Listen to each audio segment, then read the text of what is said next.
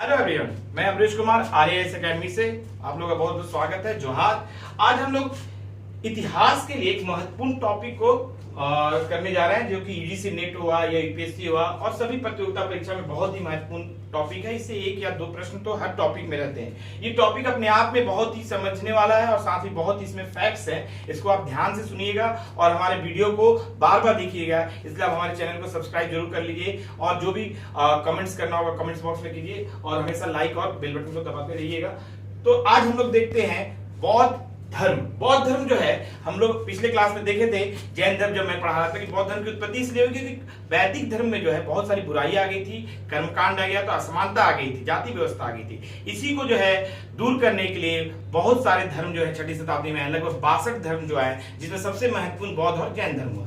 बौद्ध धर्म सबसे ज्यादा सफल हो पाया क्योंकि दो ही चीज था इसमें, एक है अहिंसा और दूसरा है मध्यम मार्ग। अहिंसा को बहुत ज्यादा कठोरता के साथ पालन नहीं किया जाता था, इसलिए सफल हुआ। दूसरा मध्यम मार्ग यानी मिडिल पाथ को अपनाने से यह बौद्ध धर्म ज्यादा सफल हुआ। अब हम लोग देखेंगे बौद्ध धर्म की उत्पत्ति कैसे हुई।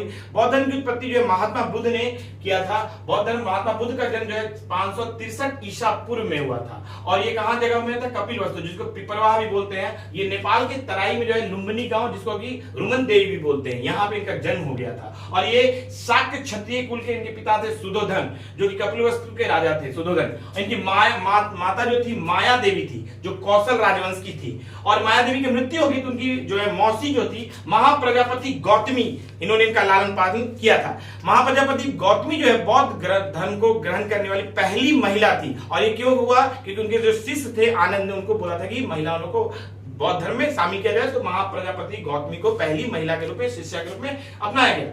यशोधरा जो इनकी पत्नी थी और इनका पुत्र जो था राहुल था। और ये 29 वर्ष की आयु में जो है ये घर त्याग दिए। घर क्यों त्याग दिए? क्योंकि उन्होंने 4 चीजें देखा था। जब उनका जो है रथ जो है, घोड़ा जो था कंथक और सारथी जो था चन्ना, ये जब इनको शहर में जो है घुमा रहे थे तो इन्होंने 4 चीजें देखा। एक जो है कि रोगी को देखा, फिर एक वृद्ध आदमी को देखा और एक मृतक को देखा और एक सन्यासी को देखा। सन्यासी की जो शांत चित्त है, सन्यासी का जो शांति थी, उसको उनको लगा कि ये जीवन का सबसे सही सत्य है, इसलिए इन्होंने सन्यास को ग्रहण किया। और इन्होंने सबसे पहले जो अलार कारम से जो है शिक्षा ग्रहण की और उसके बाद जो है रुद्रक रामपुत्र दूसरे इनके गुरु थे। उसके बाद इन्होंने जो है कि 7 वर्षों तक जो है कि 35 वर्ष जो इनकी आयु थी, लगभग 7 वर्षों तक जो है कठोर तपस्या किया। और कठोर तपस्या करने के बाद 35 वर्ष की आयु में जो है बोध गया, जिसको उरु बेला भी बोलते हैं, नदी का नाम है निरंजना। और ये जो है कि पीपल वृक्ष के नीचे इनको ज्ञान की प्राप्ति हुई। और वो दिन क्या था? वैशाख पूर्णिमा था। और ये जो एक सुजाता नाम की लड़की थी, उससे जो है खीर खा के जो है अपने को उपवास को तोड़े थे। इनके बाद इनको 3-4 चीज कहा जाने लगा। तथागत, जो वस्तुओं की सही से जानकारी रखता है उसको तथागत बोलते हैं। मैत्र भी इनको कहा जाता है, शाक्य मुनि भी इनको कहा जाता है। तो इस तरह से ये है। इन्होंने पहला जो प्रवचन जो है, पहला जो है उपदेश जो है ऋषि पत्तनम, जिसको कि सारनाथ बोलते हैं, बहुत बड़े प्रश्न आता है सारनाथ। और ये जो है कि अपने 5 जो शिष्य थे, जो आपको मज्जी थे, वप से, आज था, अस्तिज था, कटिन था, इनको 5 शिष्यों को पहला जो प्रवचन दिया था। और इनके सबसे जो है महत्वपूर्ण शिष्य आनंद हुए और उन्हीं के कहने पे प्रजापति गौतमी को जो है महिला शिष्या के रूप में अपनाया गया। 80 वर्ष की आयु में इनकी मृत्यु हुई। 483 ईसा पूर्व में इनकी मृत्यु हो गई। कहां मृत्यु हुई? कुशीनगर या कुशीनारा बोलते हैं। इस मृत्यु की घटना को महापरिनिवारण बोला जाता है। और ये जो है कि कर्मकार था, चुंद नाम का आदमी था, उनसे जो है सुअर का मांस खाने से इनकी मृत्यु हो गई। तो ये इनकी मृत्यु भी हो गई। अब इनकी जो है जो जीवन में आप जैसे कि ये घर से जब निकले तो उसको महाभिनिष्क्रमण बोलते हैं। और उसी तरह जो है इनके जो ज्ञान प्राप्ति हुई उसको जो है कि आपको धर्म चक्र प्रवर्तन बोलते हैं और मृत्यु को महापरिनिवारण बोलते हैं। तो इस तरह से इनके जीवन में जो घटनाएं घटी उनके कुछ प्रतीक चिन्ह हैं। जैसे इन्होंने गिरि त्याग किया तो उसको घोड़ा प्रतीक चिन्ह है। और माता के जब गर्भ में तो हाथी था। बुद्ध का जब जन्म हुआ तो उसको कमल बोलते हैं। ज्ञान की प्राप्ति को बोधि वृक्ष बोलते हैं। धर्म चक्र जो है प्रथम उपदेश बोलते हैं। इंद्रियों में विजय प्राप्त किए इसलिए इनको भूमि स्पर्श से इनको तुलना किया जाता है। और एक करवट सोना यानी मृत्यु यानी महापरिवाहन से इसका सांकेतिक रूप से तुलना की जाती है। तो इनके कुछ जीवन में जो है आपको जो है बहुत महत्वपूर्ण चीजें हुई।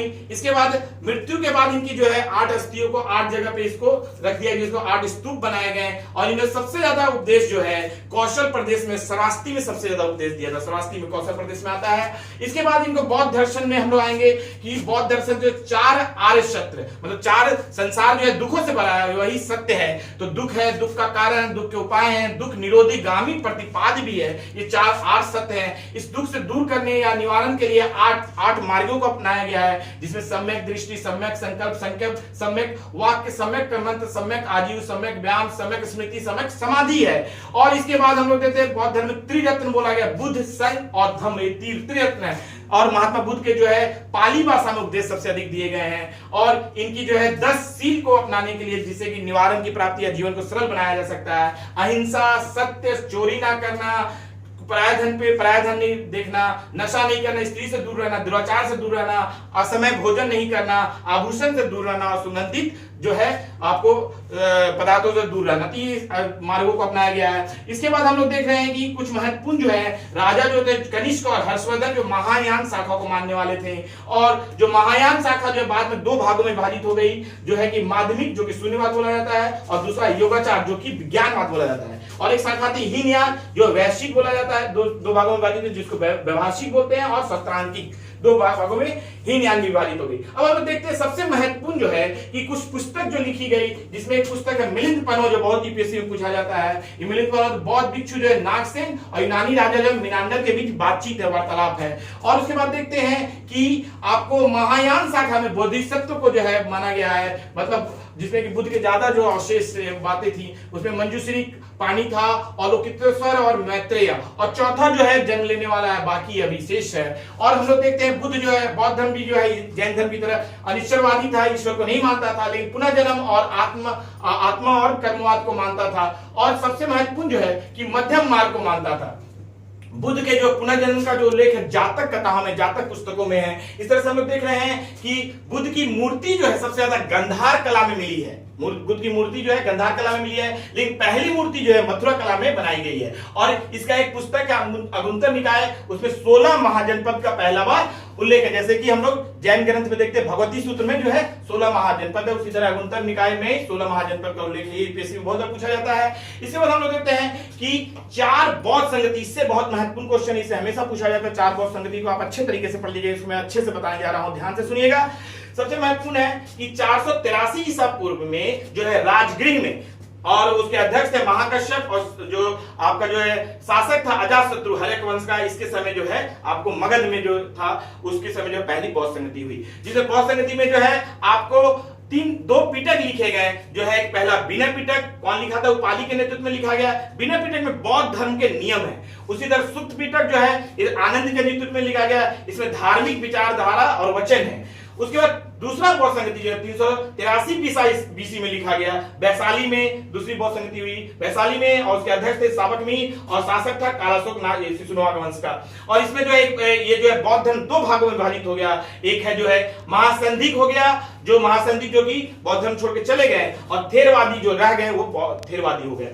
तीसरा बौद्ध संगति जो है 251 बीसी यानी ईसा पूर्व में हुआ, ये पाटलिपुत्रा में हुआ। इसके अध्यक्ष थे मोगलीपुत्र तिष्ठ थे, और ये अशोक के शासनकाल में हुआ। मौर्य शासक अशोक था, उसके शासनकाल में। अभी धम्म पिटक जो है ये बौद्ध धर्म के दर्शन से संबंधित है, और ये जो है आपको लिखा था मोगलीपुत्र तिष्ठ ने। चौथी बौद्ध संगति जो है 1वीं शताब्दी में लिखा गया हुआ था, और ये जो है आपको कुंडलवन कश्मीर में हुआ था। इसके अध्यक्ष थे वासुमित्र, और उपाध्यक्ष थे अश्वघोष, और ये जो है कनिष्क के शासनकाल में हुआ था। कुषाण शासक कनिष्क, उसके शासनकाल। इस समय जो है बौद्ध धर्म जो 2 भागों में विभाजित हो गया था, एक है हीनयान, दूसरा है महायान। हीनयान जो है बौद्ध धर्म पे बहुत कठोरता से लागू करता है, और महायान जो है मध्यम मार्ग को लागू करता है। हीनयान का जो है हम लोग को विश्व में जो है अभी नीचे में दिखता है, श्रीलंका में, थाईलैंड में, मलेशिया में, इंडोनेशिया में। उसी तरह महायान जो है आपको दिखता है आपको तिब्बत में, चीन में, कोरिया में, ताइवान में, ये महायान की शाखाएं दिखती है। तो इस तरह से हम लोगों ने लगभग सभी चीजों को बता दिया है बौद्ध धर्म से संबंधित।